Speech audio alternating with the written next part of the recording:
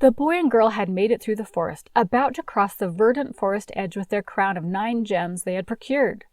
They pondered aloud what the nymph had originally advised them at the onset of their journey. The nymph had said, "Your treasure is in your knowing. If you want something to last forever, you treat it differently." They felt they knew so much more about each other and what love really was. They did want their union to last forever, and they would treat it differently. The boy turned to the girl and promised, "Our marriage will be all that we hoped for. I just feel it." The girl replied, "Our marriage will be the crown jewel of all our relationships." Just then the mighty forest king stepped in front of them and pronounced, "That is correct. Yours will be the crown jewel on earth, a diamond, to last forever." And with that he produced a radiant white diamond which he pushed into the 10th spot on the crown. He spoke to the girl, "As a crown jewel, you must become a real goddess." And they finally had. Gem number 10. You must become a real goddess. It is a serious thing to live in a society of possible gods and goddesses, to remember that the dullest, most uninteresting person you can talk to may one day be a creature which, if you saw it now, you would be strongly tempted to worship. There are no ordinary people. You have never talked to a mere mortal. Nations, cultures, arts, civilizations, these are mortal, and their life is to ours as the life of a gnat. But it is immortals whom we joke with, work with, marry, snub, and exploit. Immortal horrors or everlasting splendors. From C.S. Lewis, The Weight of Glory. I believe we have the potential to become gods. My potential goddess is about knowing how to be on the goddess track, learning patience and acceptance and love on this earthly journey. The potential goddess patterns her life after her heavenly mother, the divine feminine, her eternal prototype. The potential goddess feels a God spark within her. She learns she really is something to revere, and really is nothing, from a place of humility and meekness. Remember, the meek inherit the world. She recognizes the adversary in her life, our darker shadow selves each possesses, the wall of ego and struggle we must transcend, emerging stronger because of it all. She celebrates opposition as extremes vying for a rightful place in her life, needing both ends of a spectrum to fully live. She recognizes shame and how to banish it. She understands the strength of the words she uses, the pen being mightier than the sword. She understands the importance of grounding and centering and emboldening her personal power center. She sees God's hand in her life, acknowledging a divine timetable, knowing he and his wife are never in a hurry and never a moment too late.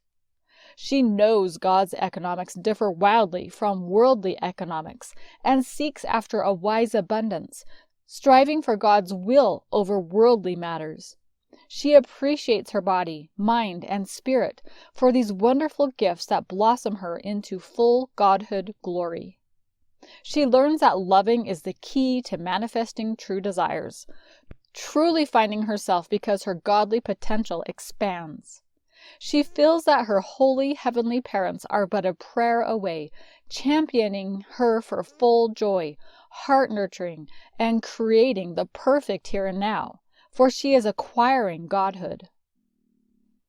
As I think of myself as this eventual goddess, this earth classroom setting up my goddess in training, I see myself in white, surrounded by white cloudy mists, pointing my finger at whatever I want and having it.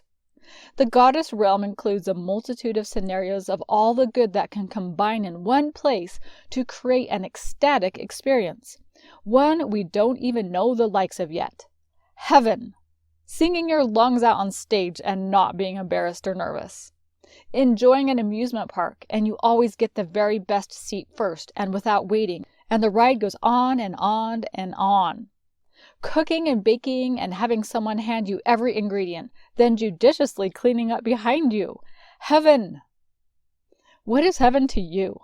What does it look like, sound like, feel like, smell like, taste like? And who is there with you? Well, it doesn't take many love songs to find that the answer to blissful relationship loving is to give your man all of your love. And if you believe those lyrics, you are totally loving wrong. You are essentially neglecting to love God with all your heart. Technically, your husband is next in line if you have made vows or covenants with him.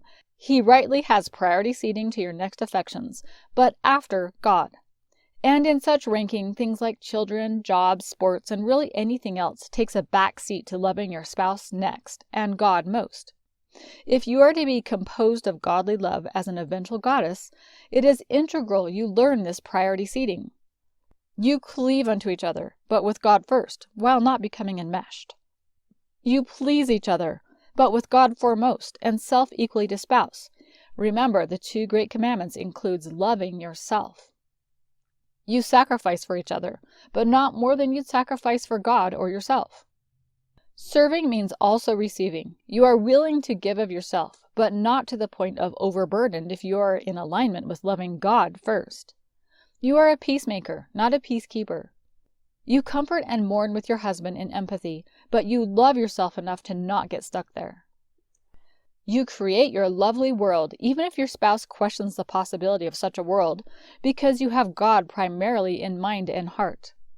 You live by honesty, but only if it doesn't hurt you, loving yourself. You live by kindness, without having to be 100% available, because your boundaries show self-love. You reach outward for help as needed if he seems he isn't loving you, out of self-love. He isn't a God yet either. You bridge the gap between selfless and selfish at self-full. How can you both not love you if you are full of God's divinity as a divine child and all that entails? Issuing apologies takes your feelings into account. Loving self, you let him take responsibility of what is rightfully his. Trust is earned, not expected.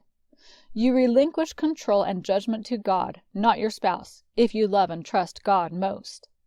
Happiness is equally considered, loving husband as self.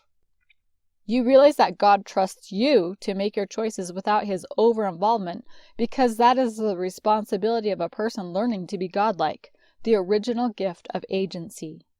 When you individuate or prepare for your self-success, your spouse is on board because he loves you enough for you to find yourself. You understand the balance of autonomy and dependency to enjoyable interdependency. When tough happens, you let go and let God, as he is full of perfect love and knowing for you. You share and receive honest communication because of sharing equal love. You both ideally love emotionally maturely because you've given grievances and surrendered damaging history to God. Reset. We choose, cherish, and treasure each other. We securely attach to one another in a balanced love for one another. Intimacies are well practiced from verbal, intellectual, emotional, and psychological to spiritual, physical, and sexual.